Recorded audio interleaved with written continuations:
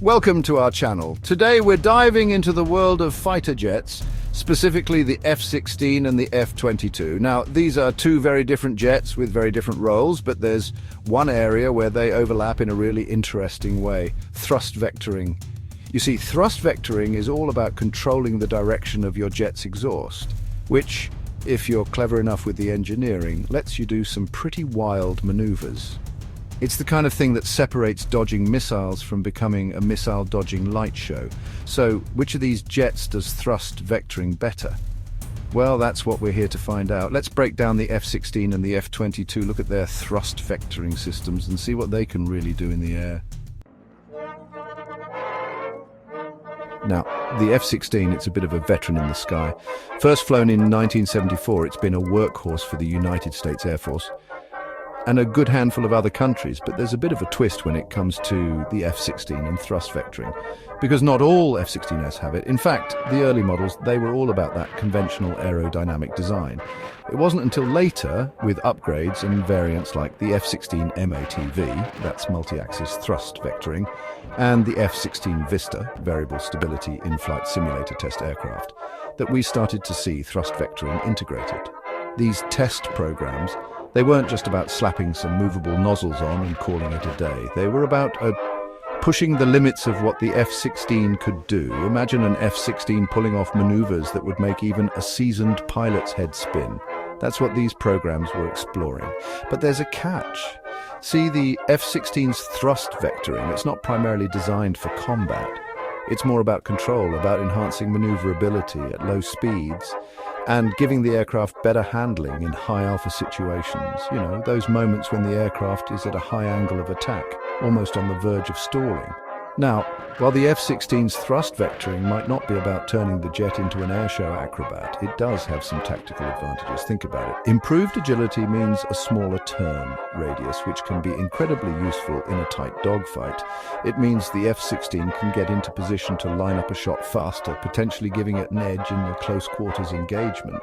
But it's important to remember that the F-16 is, at its core, designed around traditional aerodynamic principles. The thrust vectoring, it's an enhancement, a way to squeeze out a little bit more performance, not the defining feature of its flight characteristics. So while the F-16 might not be the first aircraft that comes to mind when you think of thrust vectoring, it's a testament to the aircraft's adaptability and the constant drive to push the boundaries of what's possible in aerospace engineering. Now let's talk about the F-22 Raptor. This is a fifth-generation fighter jet designed from the ground up with stealth speed and, you guessed it, thrust vectoring in mind. And unlike the F-16, where thrust vectoring was an afterthought, on the F-22, it's baked right into the DNA of the aircraft. The F-22 boasts two Pratt & Whitney F-119 engines, each capable of directing thrust up or down by 20 degrees.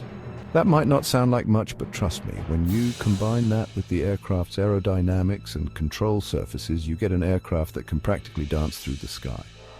We're talking about maneuvers that defy the laws of physics, or at least they would if the laws of physics weren't so consistently reliable.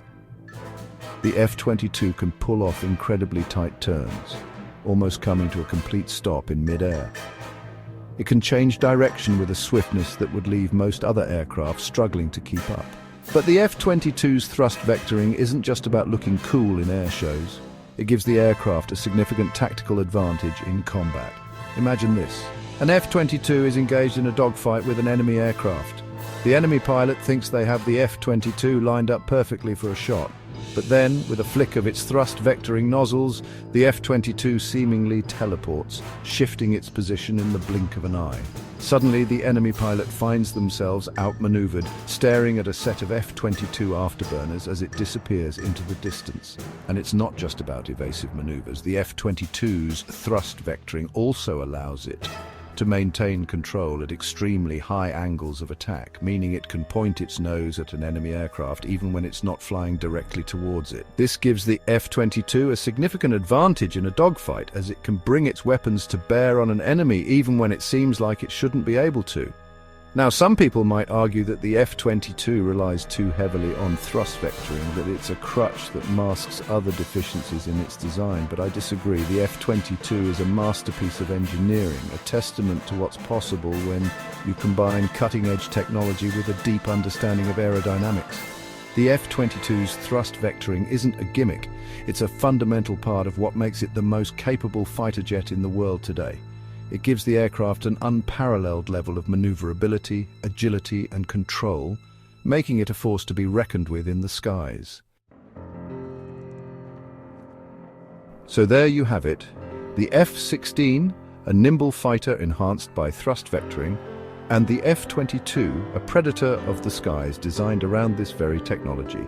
It's clear that both jets benefit from thrust vectoring, but in different ways and to different extents. The F-16 shows us how thrust vectoring can breathe new life into an older design, while the F-22 represents the pinnacle of integrating this technology for unmatched aerial dominance. It's a testament to how engineering constantly pushes the boundaries of what's possible in the sky. So which fighter jet do you think is the ultimate winner in thrust vectoring? Let us know in the comments below. Don't forget to like, share and subscribe for more exciting comparisons.